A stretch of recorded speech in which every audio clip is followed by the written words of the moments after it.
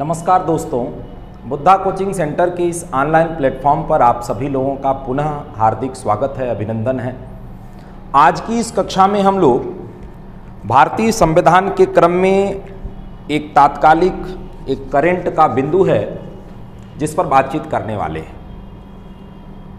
तत्काल में हमारी संसद ने भारतीय संविधान में कुछ संशोधन किए हैं जो भारत के संविधान में 20 अगस्त 2021 से 105वां संशोधन अधिनियम 2021 के नाम से जाना जा रहा है, जिसे 127वां संविधान संशोधन विधेयक के नाम से भी जाना जा रहा था। इस संविधान संशोधन के विषय में आज मैं बातचीत करने वाला हूं। सबसे पहले इस विषय पर बातचीत करते हैं कि इसकी पृष्ठभूमि क्या है। आखिर हमारे देश की सरकार को, हमारी संसद को यह क्या आवश्यकता आन पड़ी कि भारत के संविधान में संशोधन करना पड़ा।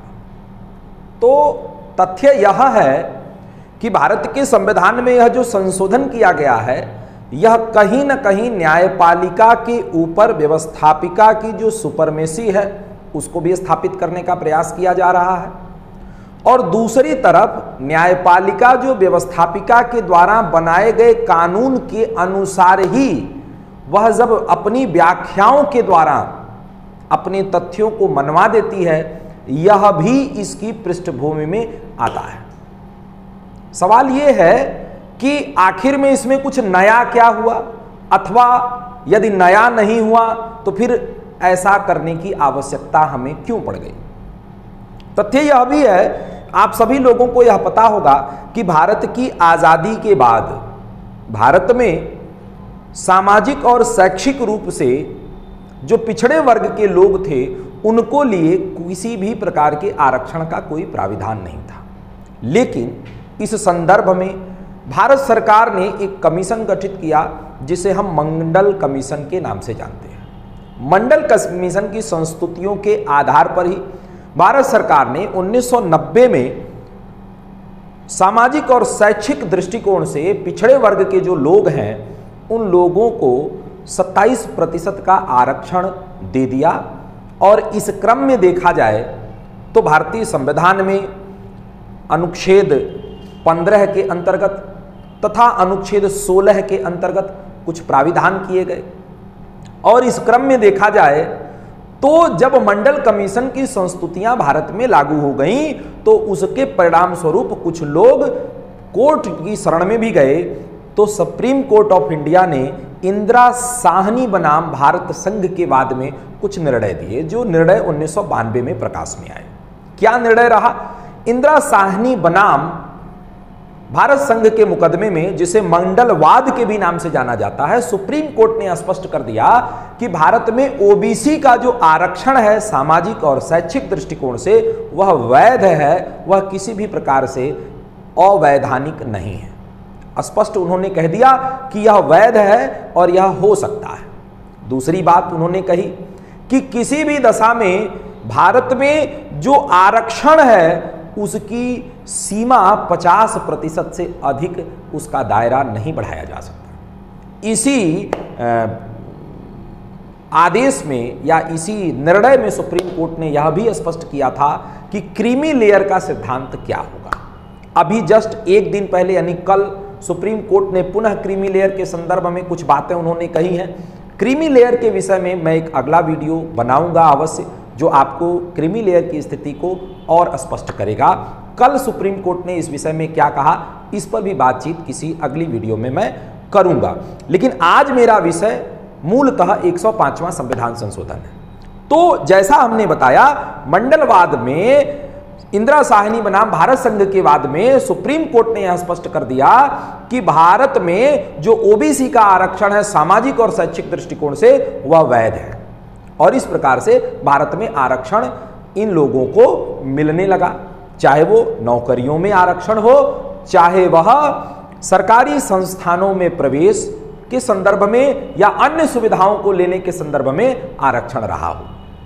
अब मामला ये रहा कि भारत में केंद्र की जो सरकार होती थी वह अपनी ओबीसी सूची जारी करती थी, तो दूसरी तरफ भारत में राज्य की जो सरकारें होती थी वह अपनी एक अलग सूची जारी करती होती। आप लोग जब ओबीसी का प्रमाण पत्र बनवाने कचहरी जाते रहे होंगे, एसडीएम की कोर्ट में जाते होंगे, तो आपको पहले आप जब पूछते होंगे वकील के पास जाकर के कि हमें ओबीसी का प्रमाण पत्र बनवाना है, तो वकील आपसे ये पूछता होगा कि आपको कौन सा प्रमाण पत्र बनवाना है, राज्य सूची से संदर्भित प्रमाण पत्र बनवाना है या केंद्र सूची से संबंधित प्रमाण पत्र बनवाना है। तो इस क्रम में यह स्पष्ट रूप से यह तथ्य जान लीजिए कि पहले यह व्यवस्था थी, जब से मंडल कमीशन की संस्तुति लागू होने के बाद भारत में ओबीसी को आरक्षण मिला, कि राज्य अपनी लिस्ट, अपनी ओबीसी जातियों की सूची स्वयं तैयार करती थी, तो दूसरी तरफ केंद्र सरकार अपनी सूची अलग तैयार करती थी, और इस तरह से लोगों को दो तरह के प्रमाण पत्र कचहरी के द्वारा जारी भी किए जाते थे। अब आप कहेंगे इसमें फिर आगे क्या हो रहा है भाई? तो दरअसल मामला आया 2017 में, जब महाराष्ट्र में देवेंद्र फडणवीस साहब की सरकार थी, और देवेंद्र फडणवीस साहब की सरकार ने महाराष्ट्र में एक निर्णय लिया। क्या निर्णय लिया? उन्होंने सरकारी नौकरी तथा जो सरकारी इंस्टीट्यूशन है शिक्षा के दृष्टिकोण से, उसमें भी मराठाओं को अलग से आरक्षण देने का प्राविधान कर दिया। मामला जो है बॉम्बे हाईकोर्ट में गया। बॉम्बे हाईकोर्ट ने ऐतिहासिक निर्णय देते हुए उसे वैधानिक करार दिया। उसने कहा कि जो देवेंद्र फडणवीस सरकार का जो मामला है, उनके जो निर्णय हैं वो सही हैं। फिर मामला सुप्रीम कोर्ट में गया, और दोस्तों सुप्रीम कोर्ट में इस मामले पर सुनवाई एक संविधान पीठ ने किया। किसने किया? संविधान पीठ ने किया। और 5 जजों की संविधान पीठ ने 5 मई, किस दिन? 5 मई 2021 को एक ऐतिहासिक निर्णय दिया। उसने क्या कहा? उसने निर्णय दे दिया कि 102वां संविधान संशोधन के द्वारा जो विषय उल्लेखित है, उसके अंतर्गत भारत में ओबीसी कौन होगा? सामाजिक और शैक्षिक दृष्टिकोण से, सामाजिक और शैक्षिक दृष्टिकोण से ओबीसी कौन होगा, इसकी घोषणा करने का अधिकार केवल राष्ट्रपति महोदय को है। किसे है? राष्ट्रपति महोदय को है। और इस तरह से दोस्तों वह प्राविधान जो पहले से चला आ रहा था कि राज्य अपनी सूची अलग बनाएगा, केंद्र अपनी सूची अलग बनाएगा, सुप्रीम कोर्ट के इस निर्णय के बाद, संविधान पीठ के इस निर्णय के बाद वह प्रक्रिया समाप्त हो गई। यानी राज्यों के द्वारा जो सूचियां बनाई गई थी अब तक भारत के सभी राज्यों इंक्लूडिंग यूनियन टेरिटरीज, वो सब क्या हो गई? निरस्त हो गई। और सुप्रीम कोर्ट के इस निर्णय के बाद भारत पर केवल केंद्रीय सूची ही लागू हो गई 5 मई 2021 से। इस प्रकार से भारत में एक विवाद की स्थिति उत्पन्न होगी। क्या 102वां संविधान संशोधन के द्वारा जो सरकार ने हमारा संशोधन किया संविधान में, क्या वह राज्यों से उसके अधिकार को छीन लिया गया? तो सुप्रीम कोर्ट ने तो ऐसी व्याख्या कर दी। परिणामतः भारत में पुनः इस बात के लिए आवश्यकता महसूस हुई कि क्यों न 102वां संविधान संशोधन को और अधिक स्पष्ट किया जाए, और पुनः स्पष्ट करते हुए राज्यों को पुनः दोबारा उनकी राज्य सूची बनाने का अधिकार दे दिया जाए। कुल मिलाकर के यही बात है 105वें संविधान संशोधन की।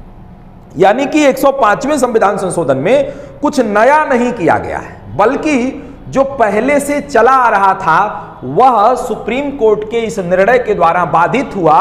तो सुप्रीम कोर्ट के इंटरप्रिटेशन को पुनः बदलने का कार्य हमारी संसद ने, हमारी व्यवस्थापिका ने किया है 105वें संविधान संशोधन के द्वारा। स्पष्ट रूप से आप लोगों को बात समझ में आ रही होगी। मैंने क्या बताया? पहले यह नियम था, यह कानून था कि राज्य अपनी ओबीसी सूची बनाएगा, केंद्र अपनी सूची बनाएगा। सुप्रीम कोर्ट के इस दिन के निर्णय के बाद राज्य की सूची समाप्त हो गई और राज्यों का अपनी सूची बनाने का अधिकार भी समाप्त हो गया। परिणामतः हमारी सेंट्रल गवर्नमेंट ने यह तय किया कि भारत के संघात्मक ढांचे के अनुरूप यह सही नहीं है और पुनः संविधान में संशोधन कर दिया गया और वही पुरानी व्यवस्था को फिर लागू कर दिया गया और सुप्रीम कोर्ट से कह दिया गया कि ऐसा है, आप जो कह रहे हैं अब यह नहीं होगा, जो हम कह रहे हैं यह होगा कि राज्यों को पुनः अपना सूची बनाने का अधिकार होगा। स्पष्ट है सभी लोगों को। देखिए, भारतीय संविधान में जो तथ्य वर्णित है उनका उल्लेख करने, उनकी व्याख्या करने, उनका इंटरप्रिटेशन करने का अधिकार किसको है? सुप्रीम कोर्ट को है। और सुप्रीम कोर्ट ऐसा करता रहता है, उसने 5 मई 2021 को ऐसा किया था। फिलहाल आइए हम लोग अंदर चलते हैं और विशिष्ट रूप से यह देखते हैं कि भाई क्या क्या प्राविधान हुए और क्या संशोधन हुआ। सबसे पहले यह ध्यान लीजिए कि भारत के संविधान में संशोधन करने के लिए भारत में जो सामाजिक न्याय और आधिकारिकता का मंत्रालय है उसने यह बिल पेश किया था। यह 127वां संविधान संशोधन विधेयक था। यह 127वां कॉन्स्टिट्यूशनल अमेंडमेंट बिल था। स्पष्ट रूप से यह तथ्य ध्यान रखिएगा।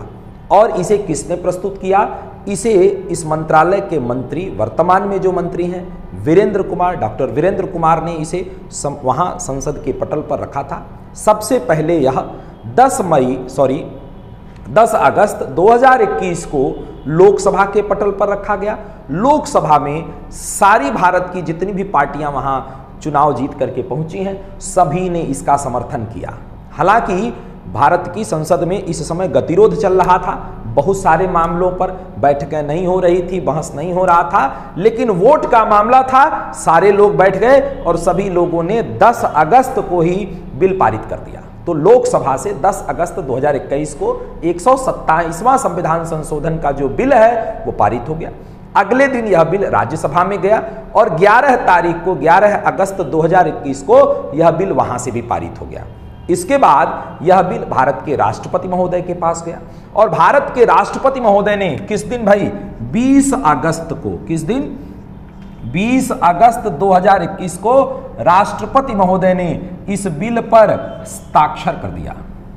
क्या कर दिया? इस बिल पर हस्ताक्षर किया और इस बिल के लिए नोटिस भी जारी हो गई। और इस तरह से हम देखें तो यह जो बिल है ये 20 अगस्त 2021 से 105वां संविधान संशोधन, 105वां संविधान संशोधन अधिनियम के नाम से जाना गया और यह भारत पर पुनः लागू हो गया। किस दिन लागू हो गया? 20 अगस्त 2021 को। लोकसभा में यह किस दिन आया था? यह 10 अगस्त 2021 को लोकसभा में यह बिल पारित हुआ। 11 अगस्त 2021 को यह बिल राज्यसभा से पारित हुआ। किसने इस बिल को प्रस्तुत किया था? तो डॉक्टर वीरेंद्र कुमार ने प्रस्तुत किया था। डॉक्टर वीरेंद्र कुमार ने प्रस्तुत किया था। यह किस विभाग के मंत्री हैं? तो यह सामाजिक न्याय, दोस्तों ध्यान रखेंगे प्रश्न पूछा जा सकता है, सामाजिक न्याय एवं आधिकारिकता मंत्रालय के यह मंत्री हैं। ये वही वीरेंद्र साहब हैं जो प्रोटेम स्पीकर बने थे 2019 में लोकसभा के। तो डॉक्टर वीरेंद्र कुमार जो सामाजिक न्याय एवं आधिकारिकता मंत्री हैं, वे 10 अगस्त को इसे लोकसभा में प्रस्तुत किए। लोकसभा ने इसे पारित कर दिया। 11 अगस्त को राज्यसभा में प्रस्तुत कर दिया इन्होंने और राज्यसभा से यह पारित हो गया। और इस बिल को 127वां संविधान संशोधन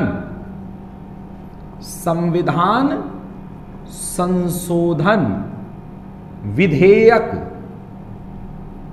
अंग्रेजी में बोले तो बिल कहा जाता है और अधिनियम मीन्स एक्ट। ध्यान रखेंगे जब आपसे प्रश्न पूछा जाएगा कि यह कौन सा विधेयक है तो आप बताओगे 127वां संविधान संशोधन विधेयक है। लेकिन जब आपसे पूछा जाएगा कि यह भारत के संविधान में कौन सा संशोधन है, तो आप बताओगे यह 105वां संविधान संशोधन है। या कौन सा अधिनियम है, तो 105वां संविधान संशोधन अधिनियम है। आइए आगे बढ़ते हैं, यह देखते हैं कि भारत के संविधान में क्या संशोधन हुआ।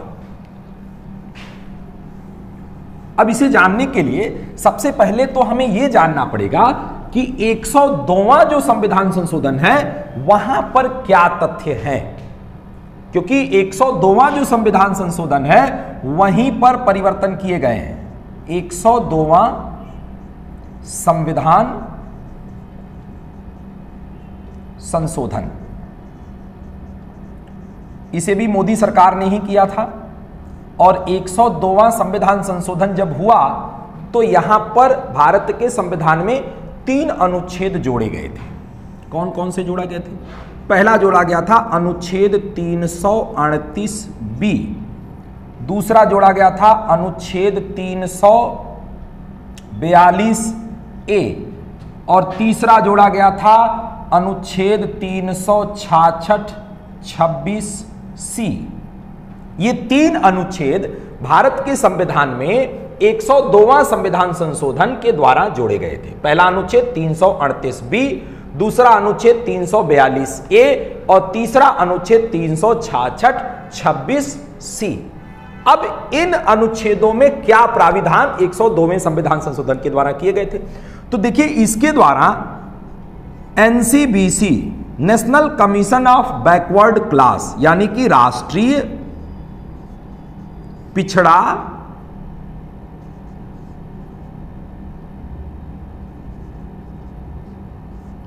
वर्ग आयोग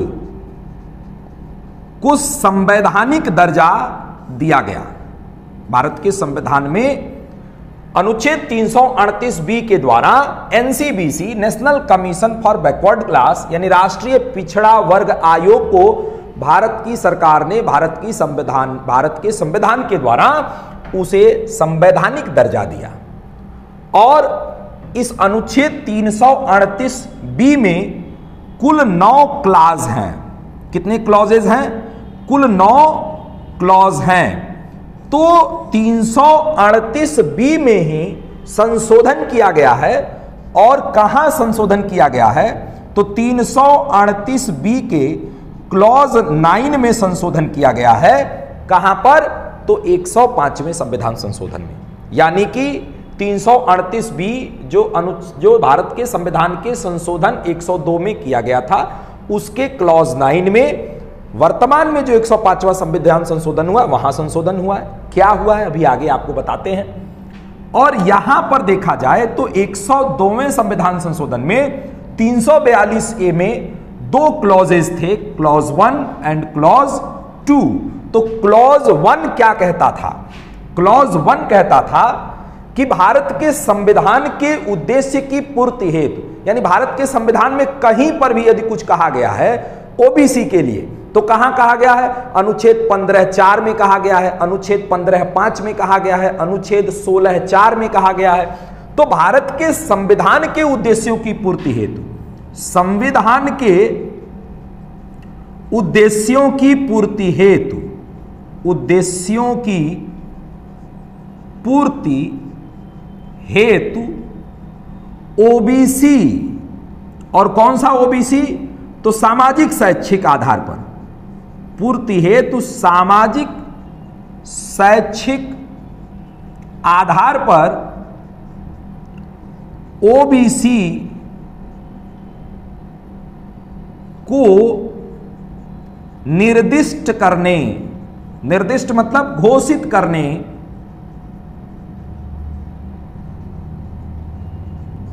का अधिकार राष्ट्रपति को है। ध्यान दीजिएगा, अनुच्छेद 342A में यह कहा गया, उसके क्लॉज 1 में, कि संविधान में उद्देश्य की पूर्ति हेतु, यानी संविधान में यदि कहीं पर भी ओबीसी के लिए कुछ कहा गया है तो उस ओबीसी में कौन होगा, ओबीसी जाति में कौन कौन सी जातियां आएंगी, इसको घोषित करने का अधिकार किसको दिया गया था? भारत के राष्ट्रपति को। और क्लॉज 2 क्या कह रहा है? क्लॉज 2 कह रहा है कि यदि अनुच्छेद 342A1 के लिए यदि संसद यदि संसद कानून के द्वारा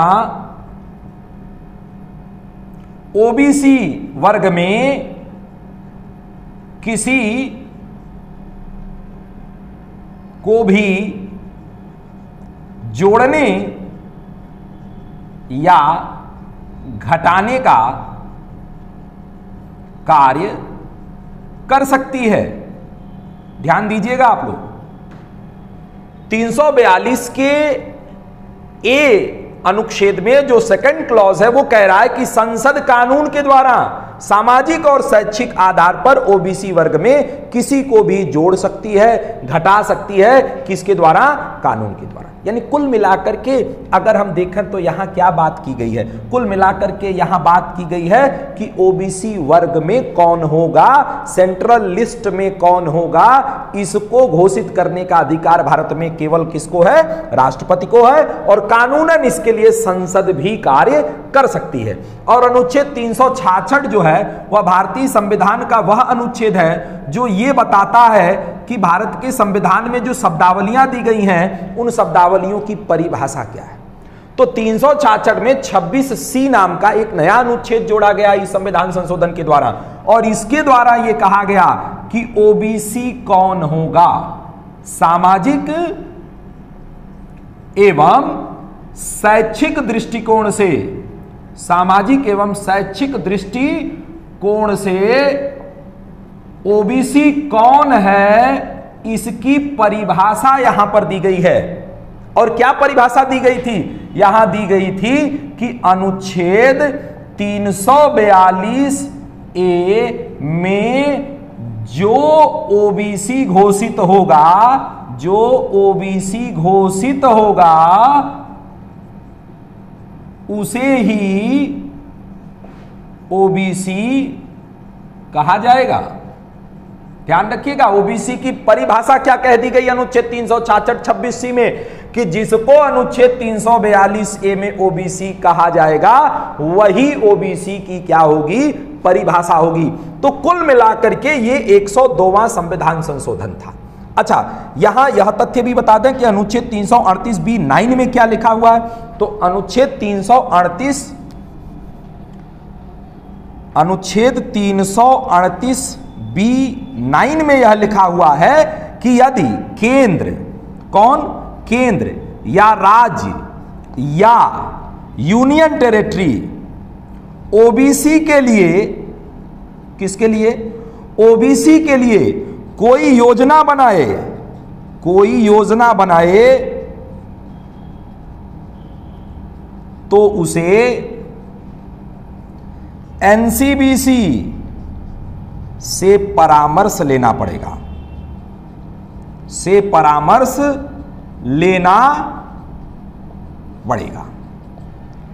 स्पष्ट है? आप लोग चाहें तो इसका स्क्रीनशॉट ले सकते हैं। ये 102वें संविधान संशोधन के प्राविधान है जो इससे पहले 2018 में जिसके बारे में प्राविधान किया जा चुका है। 102वां संविधान संशोधन में 3 अनुच्छेद आया, 338B, 342 से 366 26C।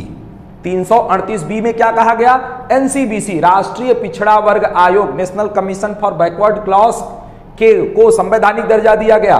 साथ ही इसमें 9 क्लास है। 9वां क्लास कहता है कि केंद्र हो, चाहे हमारी राज्य की सरकारें हो, चाहे यूनियन टेरिटरीज हो, वो यदि ओबीसी के लिए कोई योजना बना रही हैं तो उसके लिए एनसीबीसी से उन्हें परामर्श लेना अनिवार्य होगा। यानी कुल मिला, अब एनसीबीसी कौन गठित करेगा भाई? तो एनसीबीसी में यहां प्राविधान किया गया कि भारत के राष्ट्रपति इसके लिए घोषणा करेंगे, वे इसको गठन करेंगे। इसमें प्राविधान किया गया है कि एक अध्यक्ष होगा, एक उपाध्यक्ष होगा और 3 अन्य सदस्य होंगे। तो एनसीबीसी कौन है भाई? हमारी केंद्र की संस्था है। तो राज्य और यूनियन टेरिटरी भी अब बाध्यकारी हो जा रही हैं कि ओबीसी के मामले में किसी ऊपर यानी केंद्र सरकार की संस्था से उन्हें परामर्श लेना पड़ेगा। तो यह कहीं न कहीं एक तरह से जो हमारा संघात्मक ढांचा है, जो यूनियन ऑफ स्टेट जो भारत को कहा गया है, तो उस ढांचे पर यह प्रहार था। कहीं ना कहीं यह केंद्रीय शक्ति के अंदर हमारे राज्य और यूनियन टेरिटरी की शक्तियां सीमित होती दिखाई पड़ रही थी। और 342 में स्पष्ट कर दिया गया कि भैया राष्ट्रपति ही ऐसा कुछ कर सकता है अथवा कानूनन संसद ऐसा कुछ कर सकती है कि ओबीसी में कौन होगा।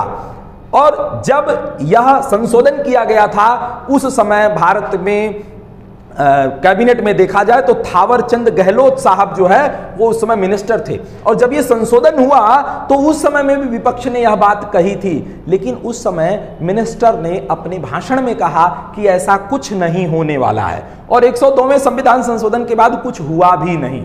लेकिन जब आप देखेंगे महाराष्ट्र का मामला आया तो महाराष्ट्र के मामले में अभी लेटेस्ट 5 मई 2021 को इसी के आधार पर सुप्रीम कोर्ट ने यह स्पष्ट कर दिया, सुप्रीम कोर्ट की संविधान पीठ ने स्पष्ट कर दिया गया कि ऐसा केवल भारत में राष्ट्रपति कर सकता है, राज्यों को अधिकार ओबीसी सूची बनाने का नहीं है। तो इसी कमी को पुनः दूर करने के लिए हमारे इस 102वां संविधान संशोधन में कुछ स्पष्टीकरण जोड़ा गया। क्या जोड़ा गया?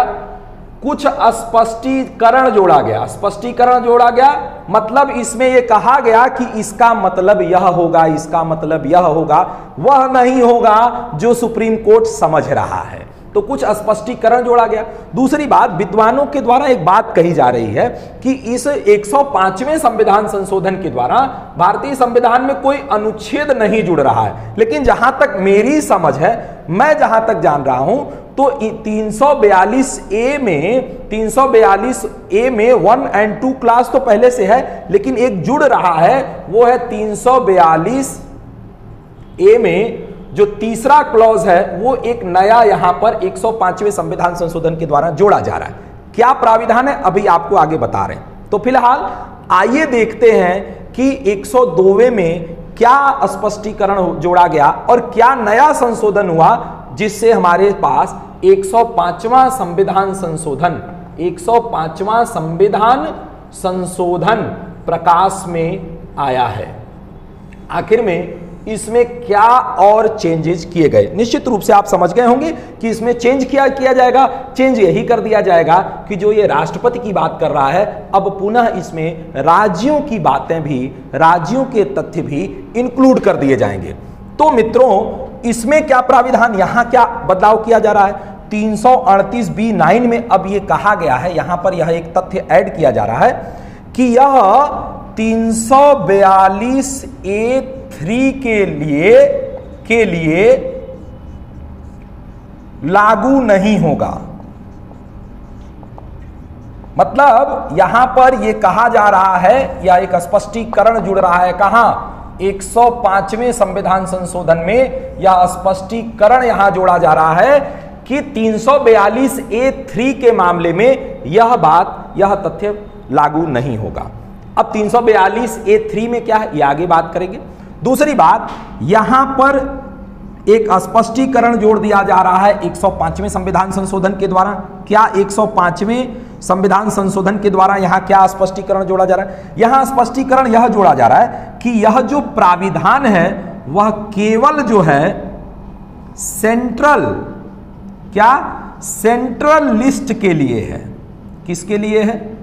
सेंट्रल लिस्ट के लिए है। ध्यान रखेंगे, यहां जो बात कही गई है, जो 102वां संविधान संशोधन के द्वारा 342A(1) में जो कहा गया है, अब कह दिया जा रहा है 105वें संविधान संशोधन के द्वारा क्या कहा जा रहा है कि यह प्राविधान अब केवल सेंट्रल लिस्ट के लिए, यानी कि राष्ट्रपति घोषित करेगा कि सामाजिक और शैक्षिक दृष्टिकोण से ओबीसी कौन है, लेकिन अब वह किसके लिए करेगा?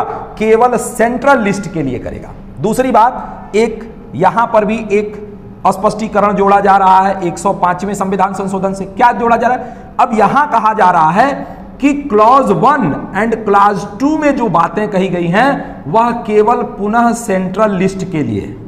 किसके लिए है भाई? सेंट्रल लिस्ट के लिए। और यह कहा गया है यहां पर कि यह सेंट्रल लिस्ट जो है वह केंद्र सरकार तैयार करेगी। कौन तैयार करेगा? केंद्र सरकार तैयार करेगी। यानी कि इसी तथ्य को और ज्यादा स्पष्ट कर दिया जा रहा है यहां 342A(2) में 105वें संविधान संशोधन के द्वारा पुनः इस बात को दोहराया जा रहा है कि यह जो भी प्राविधान किया गया है कि संसद कानून के द्वारा ओबीसी वर्ग में किसी को भी जोड़ने अथवा घटाने का काम कर सकती है, तो ऐसा वह किसके लिए कर रही है? वह केवल सेंट्रल लिस्ट के लिए कर रही है, जिसको भारत की सेंट्रल गवर्नमेंट तैयार करेगी। अब मित्रों, दोस्तों, यहां एक और एडिशन हो रहा है 105वें संविधान संशोधन के द्वारा। इसमें एक तीसरा क्लॉज भी जुड़ रहा है। क्या जुड़ रहा है? इसमें एक तीसरा क्लॉज जुड़ रहा है, और उस तीसरे क्लॉज का प्राविधान क्या कह रहा है? तो तीसरे क्लॉज का प्राविधान वही कह रहा है जो हमारी समस्या थी, जो हमारी सरकार की समस्या थी, सुप्रीम कोर्ट के इंटरप्रिटेशन ने जो समस्या पैदा कर दी थी, उसका निराकरण किया गया है 342A के थर्ड क्लॉज में। और क्या कहा जा रहा है? कहा जा रहा है कि जो राज्य हैं और जो यूनियन टेरिटरीज हैं वे अपनी लिस्ट, कैसी लिस्ट? ओबीसी की लिस्ट तैयार कर सकते हैं। क्या कर सकते हैं? तैयार कर सकते हैं, और जो सेंट्रल लिस्ट से अलग होगा, क्या होगा? जो सेंट्रल लिस्ट से अलग हो सकता है। तो ये एक नया एडिशन हमको दिख रहा है। कहां पर? 105वें संविधान संशोधन में। वो एडिशन क्या दिख रहा है कि 342A के में एक थर्ड क्लॉज जोड़ रहे हैं जो ये कह रहा है कि राज्य हो चाहे यूनियन टेरिटरीज हो, हमारे देश में वर्तमान में 28 राज्य और 8 यूनियन टेरिटरीज हैं, वे अपनी ओबीसी लिस्ट तैयार कर सकती हैं। सामाजिक और शैक्षिक दृष्टिकोण से पिछड़े वर्ग के जो लोग हैं उनकी लिस्ट वो अपनी तैयार कर सकती हैं, जो निश्चित रूप से सेंट्रल लिस्ट से क्या हो सकता है? अलग हो सकता है। और हम पीछे जरा आए, हमने यहां पर क्या बताया कि 342A(3) के मामले में यह लागू नहीं होगा। मतलब अगर ये यहां नहीं करते तो फिर यहां यह मामला फंस जाता कि अगर ये करते तो पुनः उसके लिए एनसीबीसी से परामर्श लेना पड़ता। तो इससे भी छूट दिलवा दी हमारी संसद ने, इस संविधान संशोधन ने। क्या छूट दिलवा दी? अगर ये नहीं ऐड करते, 342A(3) में ये नहीं लिखते कि ये इसके लिए लागू नहीं है, तो फिर परामर्श लेना पड़ता, फिर फंस जाता मामला। तो स्पष्ट कर दिया कि ओबीसी के मामले में राज्य और यूटी यदि 342A(3) के अंतर्गत अपनी अलग यदि लिस्ट तैयार कर रही है तो उसे एनसीबीसी से परामर्श लेने की कोई जरूरत नहीं है। तो एक संशोधन यह हुआ, यहां पर एक संशोधन यहां हो रहा है, एक संशोधन यहां हो रहा है, और एक संशोधन यहां हो रहा है। अच्छा, 366(26)C में भी संशोधन किया जा रहा है, और वहां क्या कहा जा रहा है? वहां इस विषय में कहा जा रहा है कि ऐसा है कि ओबीसी कौन होगा, इस परिभाषा को पुनः परिभाषित किया जा रहा है। कहा जा रहा है 105वें संविधान संशोधन से कि ओबीसी वह होगा जो 342A के अंतर्गत जिसे केंद्र, राज्य और यूनियन टेरिटरी ओबीसी घोषित करें, ओबीसी घोषित करें। स्पष्ट है सभी लोगों को? यानी कि यहां पर भी एक बदलाव किया जा रहा है। 366(26)C में कहा जा रहा है कि ओबीसी की परिभाषा अब क्या होगी? ओबीसी की परिभाषा वह होगी कि इस 342A के अनुसार, यानी चाहे वो राष्ट्रपति करे, चाहे वो यहां संसद करे, चाहे राज्य अपनी तरफ से करें, उनके द्वारा जो ओबीसी घोषित होगा, केंद्र के द्वारा, राज्य के द्वारा और यूनियन टेरिटरी के द्वारा जो ओबीसी घोषित होगा, अब वह ओबीसी कहलाया जाएगा, वह सामाजिक और शैक्षिक दृष्टिकोण से पिछड़ा वर्ग कहा जाएगा। तो कुल मिलाकर के हम कह सकते हैं कि कुछ नया नहीं हुआ, वही जो पहले से था, जिसे सुप्रीम कोर्ट ने रोक दिया, पुनः उसे प्रारंभ किया गया। वही हाल है, किसी ने किया कहा कि खाया पिया कुछ नहीं और गिलास तोड़े हजार। तो कुल मिलाकर के आप लोगों के लिए कुछ मानसिक समस्याएं उत्पन्न कर दी गई। आपकी परीक्षाओं में यह तथ्य महत्वपूर्ण हो गए, आपकी परीक्षाओं में यह अनुच्छेद महत्वपूर्ण हो गए। अनुच्छेद 338B, 342A और 366(26)C इस संविधान संशोधन के द्वारा महत्वपूर्ण हो गया। 105वां संविधान संशोधन तो महत्वपूर्ण हो ही गया, अब इसके एवज में 102वां संविधान संशोधन भी महत्वपूर्ण हो गया, जो आपकी परीक्षाओं में आ सकता है। तो मुझे आशा है कि मैंने बड़े आसान शब्दों में आपको समझाने का प्रयास किया है और मुझे आशा है कि आप लोग अपनी परीक्षा के दृष्टिकोण से इसे तैयार करेंगे। यदि कोई इसकी स्क्रीनशॉट लेना चाहता है तो वो ले सकता है ताकि वह आगे नोट्स बना सके। अच्छा, आगे की मैं बात करूं, एक और तथ्य कि आखिर में संविधान संशोधन की प्रक्रिया क्या होती है, संविधान संशोधन कैसे हो सकता है, तो मैं बड़ा अल्प समय लेते हुए आपको बताना चाहूंगा। हालांकि संविधान संशोधन कैसे होता है इस विषय पर मैं आगे अलग किसी वीडियो में किसी दूसरे दिन बातचीत आपसे कर लूंगा, लेकिन आप ध्यान रखेंगे कि भारत के संविधान में अनुच्छेद 368 अनुच्छेद 368 के अंतर्गत संविधान संशोधन की प्रक्रिया का उल्लेख किया गया है, जिसके अंतर्गत उस अनुच्छेद 368 के द्वारा दो तरह से संविधान संशोधन का प्राविधान है। हालांकि इसके अलावा भी हमारे संविधान में साधारण बहुमत से भी संविधान संशोधन के प्राविधान हैं, लेकिन साधारण बहुमत का उल्लेख अनुच्छेद 368 में नहीं है। अनुच्छेद 368 में विशेष बहुमत का प्राविधान है और वहां दो प्राविधान है। पहला प्राविधान विशेष बहुमत यानी 2/3 बहुमत से है और दूसरा प्राविधान 2/3 बहुमत यानी विशेष बहुमत तथा भारत में जो राज्य हैं उनमें से आधे राज्यों के अनुसमर्थन से है।